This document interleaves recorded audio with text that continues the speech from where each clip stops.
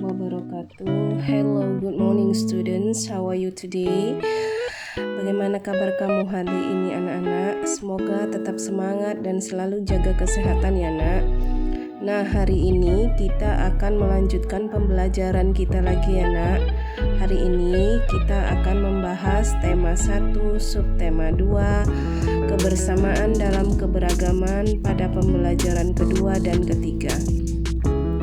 Pada sebelumnya kita sudah banyak belajar tentang indahnya keberagaman budaya Indonesia. Bagaimana cara menjalin kebersamaan dalam keberagaman tersebut? Mari kita gali lebih jauh.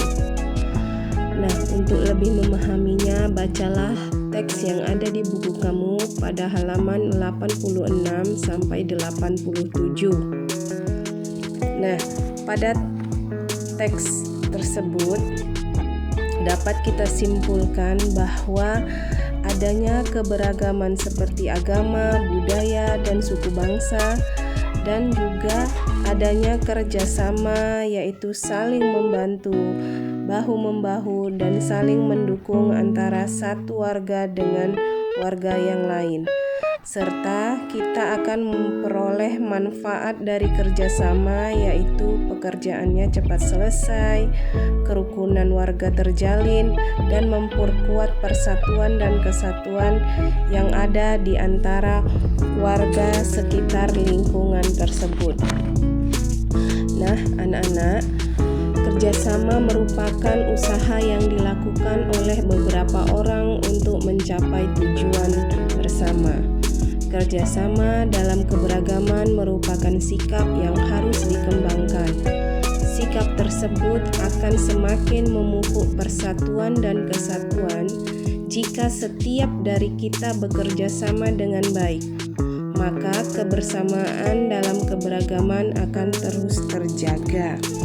Bekerja sama bisa dilakukan kapan saja dan di mana saja. Bahkan saat kita sedang bermain pun kita bisa bekerja sama. Tahukah kamu bahwa kita dapat belajar bekerja sama dari permainan tradisional? Ayo kita pelajari bersama. Salah satu permainan tradisional Indonesia yang sangat menarik adalah permainan bakia. Permainan ini berasal dari Sumatera Barat. Bakia atau biasa disebut terompa bakua di Sumatera Barat merupakan permainan yang membutuhkan kekompakan.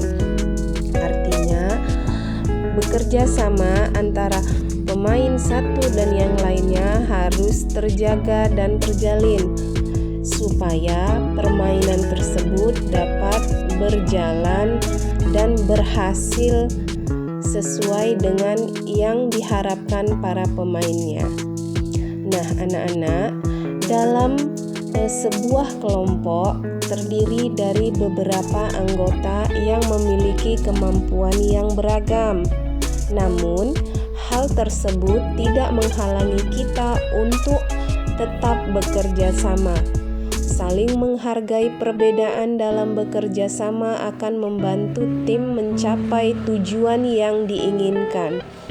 Nah, anak-anak, saat bermain bakia, tentunya kamu bisa mendengar peluit ataupun aba-aba yang akan diberikan oleh panitia untuk memulai permainan tersebut.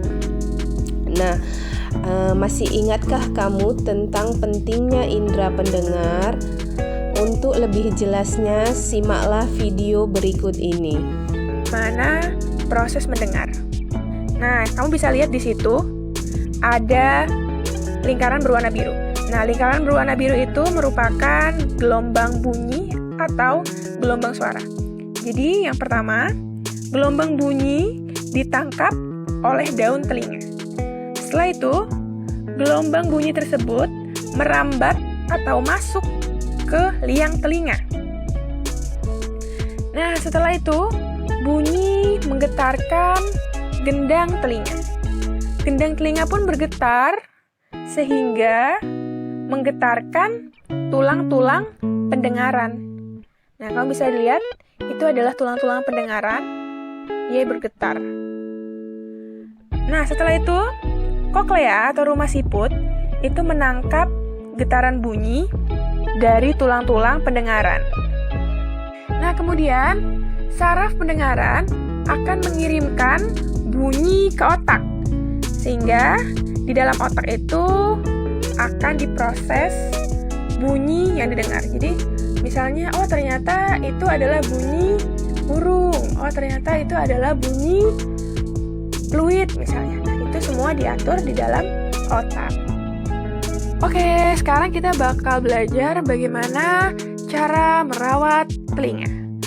Yang pertama, bersihkan telinga secara teratur. Nah, membersihkannya itu bagian luarnya saja, bagian daun telinganya saja. Jadi, kamu bersihkan, bisa menggunakan air hangat atau sapu tangan. Ya. Nah, yang kedua, kamu nggak boleh mengorek-ngorek telinga, apalagi menggunakan korek telinga ya. Karena kalau misalkan kamu pakai korek telinga itu, kotorannya itu malah bisa masuk ke dalam, sehingga dapat membuat gendang telinga itu robek. Nah, kalau gendang telinga udah robek, itu bahaya. Nah, kemudian jika memang kamu mendengar bunyi terlalu keras, maka segera tutup kedua lubang telinga agar gendang telinga nggak rusak.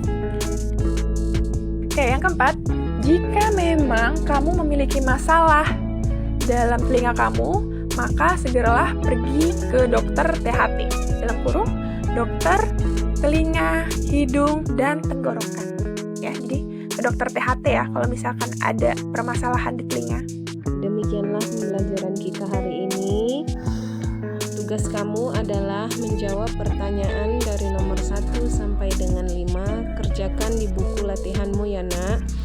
Tetap jaga kesehatan, tetap semangat. Assalamualaikum warahmatullahi wabarakatuh.